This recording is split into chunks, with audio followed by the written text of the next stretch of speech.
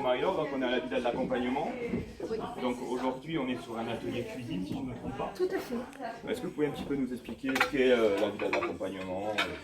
Alors la villa d'accompagnement, c'est une association qui a pour objectif de proposer aux personnes atteintes d'une maladie chronique grave donc, et de longue durée à toutes les personnes qui l'accompagnent dans cette maladie, qu'elles soient professionnelles ou familiales, un aidant familial, un proche, à trouver un espace ressource dans lequel on va le prendre en considération tout à fait en dehors de la maladie.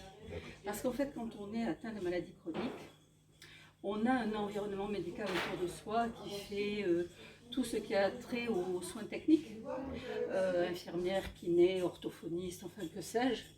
Mais après, dans le rôle social, eh bien, parfois il n'existe plus.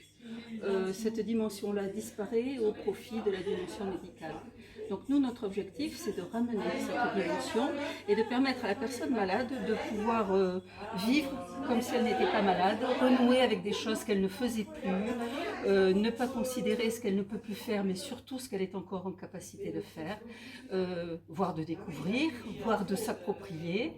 Et puis on est aussi un petit peu dans un échange de compétences. Nous, les personnes qui animent nos ateliers donnent des compétences, mais parfois les personnes que nous recevons en atelier ont aussi des compétences. Et là, par exemple, l'atelier cuisine est une des plus belles preuves de cette formule-là. C'est que chacun amène sa petite pierre pour construire un repas et le partager après. On a pu voir que vous avez différents ateliers comme le yoga du rire. Enfin, le yoga du rire, il y a un atelier de toucher massage, il y a un atelier de sophrologie. Après sur le créatif, il y a un atelier d'art floral japonais, l'ikebana. Il y a des arts créatifs au travers de ce que vous pouvez voir là, du travail sur des matières diverses et variées. Voilà, et on essaie de trouver d'autres propositions. Il faut savoir que toutes les personnes qui animent ces ateliers sont des professionnels, bien souvent encore en activité, et qui donnent du temps, qui sont bénévoles aussi. Voilà, ce sont des volontaires bénévoles. Les cuisines, donc là vous êtes la secrétaire, on a pu voir qu'il y avait Michel également, il y avait l'assistante sociale également qui participait.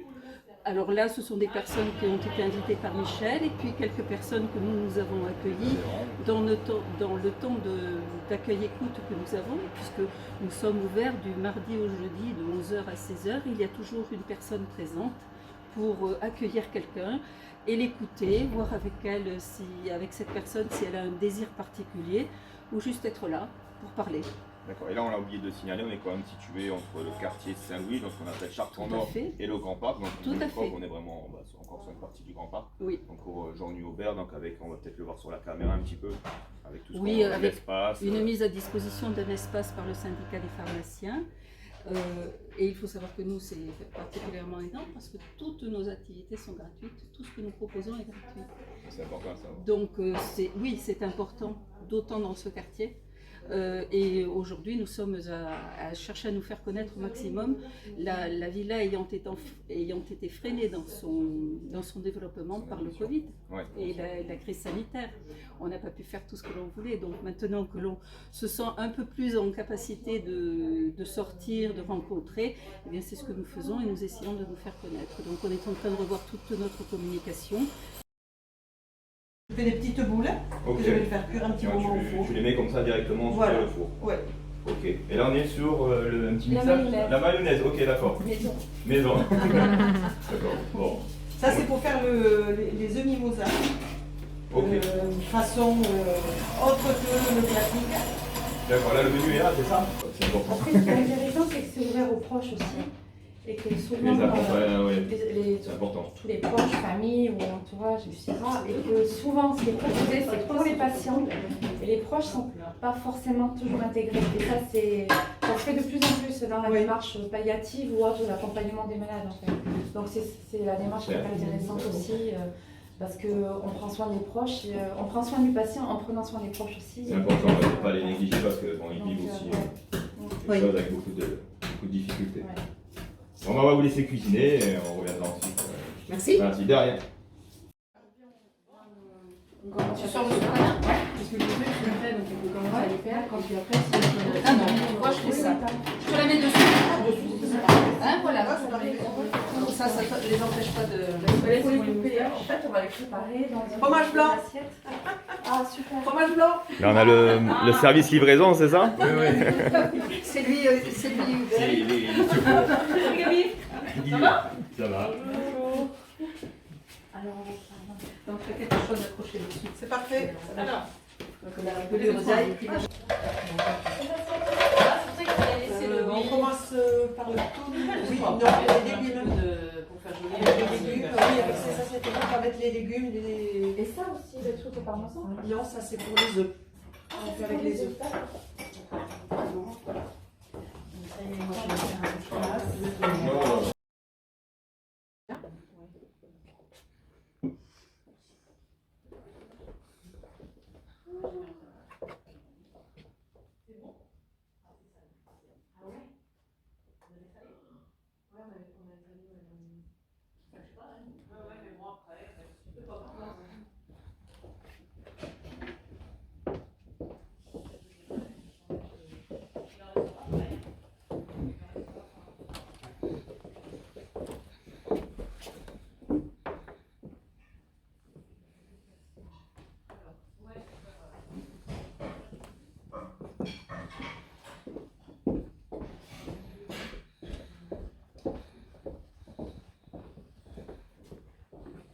Ah, il y a les...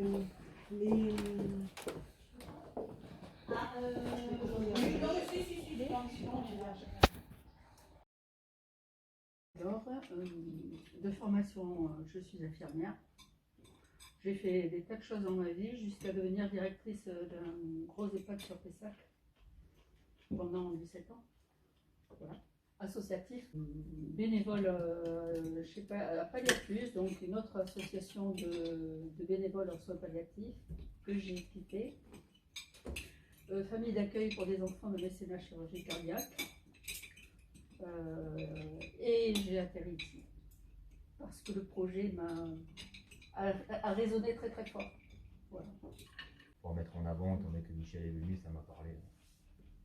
Alors, il faudrait son pas- association. Et je veux pas que ça bouge du grand On veut parc. pas que ça parte du grand parc. Ben oui, parce qu'on a beaucoup, moi qui suis dans le football, on a beaucoup de sports, que ce soit le foot, la boxe, etc. Et je pense qu'il faut ouvrir autre chose sur le grand parc et ça peut être intéressant de montrer notre visage de notre quartier. Moi j'y suis né, donc forcément ça me tient à cœur. Elle est peu connue, c'est certain.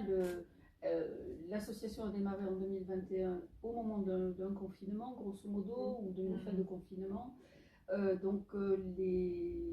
Les personnes ne se sont pas déplacées, malgré toute la communication qui a été faite, hein, parce qu'il y a eu quand même, de ce que j'ai vu, il y a eu des conférences, il y a eu de l'information diffusée, mais les personnes ne se sont pas déplacées pour toutes les raisons sanitaires possibles et imaginables.